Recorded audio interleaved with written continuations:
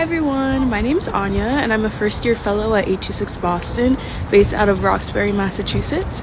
I'm going to be taking over the Instagram today, so make sure to send me any questions or things you want to know. So I'm really lucky to be at 826 Boston, which is a literary arts and writing tutoring organization, and there I serve as the publishing fellow, which means that I work with a group of high schoolers to develop a literary magazine, and I also work on publishing student work, which means turning it into physical books and giving them amazing feedback. I love my org. I think that it is full of some of the kindest and most inspired people. Everyone's a little bit quirky, a little fun, but they're all very, very sweet and really passionate about the mission. And I would say that same mentality is found in everyone who's involved in this fellowship. I mean, people don't really go into public service for the monetary gain. I think that everyone that you find in this fellowship is really passionate about what they're doing and is also really excited to get to know one another. And I'm really lucky to be a part of it. But to actually answer your question, it wasn't so bad. I actually went to college in Boston, so I'm currently living with just one of my college roommates and a few new people.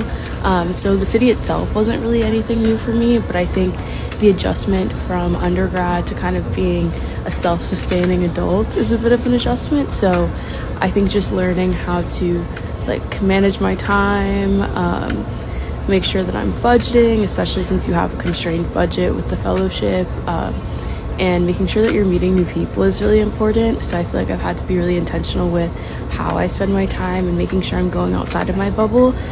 If you look online at the blog, I'll link it below. One of my co-fellows, Alex, actually wrote a really cool blog post about the importance of pursuing hobbies and how to meet new people in a city if you're someone who's going to be moving somewhere completely unfamiliar to you. And even me, being somewhere that I've known before and lived before, it's been really helpful. So in my senior spring, when I was deciding what fellowships to apply to, I thought a lot about what extracurriculars I really liked doing in college. And in school, I was really involved in journalism and education, like writing tutoring.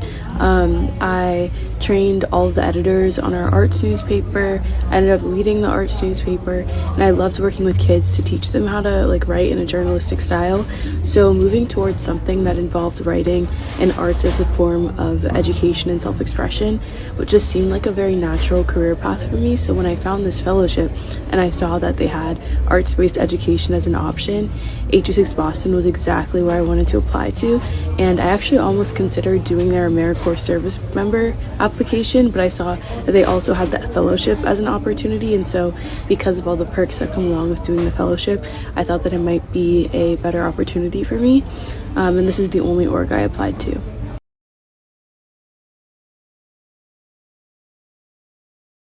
At 22 years old, I don't think I'm totally qualified to answer this question, but as someone who a year ago had to decide what I wanted to do as my big next step after graduating college, one of my friends gave me really good advice, which is just to follow where your passions are, and really think about what it is that brings you joy and what you're good at as well.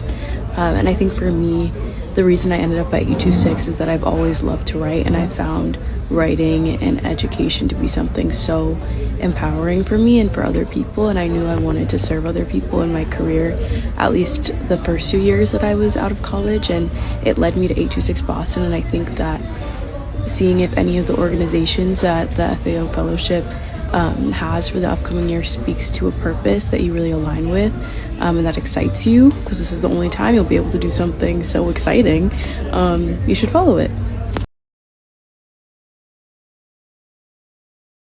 Just to expand a little bit more, the advice that I have for applications are, one, to obviously speak to the passions that you have for your specific host organization. So really going through the host organization's mission and making a good case for why you would be an asset to that organization, as well as how that aligns with your passions and interests in the future.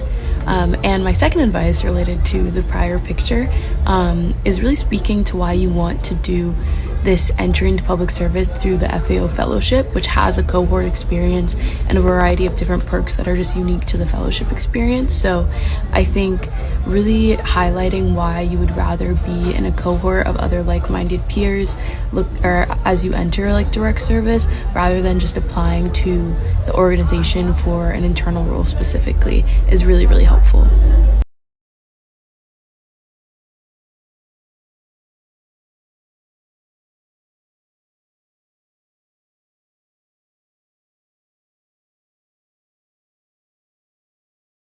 This is a really good question. I would really recommend highlighting how your experiences, whether that be through internships, volunteer experiences you've done, work experiences, extracurriculars, how those connect to your organization's mission and really letting your excitement and passion for what they're doing shine through.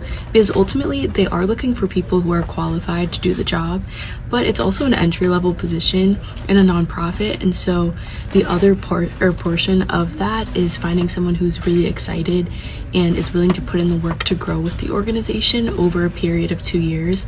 So as you're interviewing, being excited, coming up with questions, and expressing how much you're genuinely interested in the position will really, really go a long way.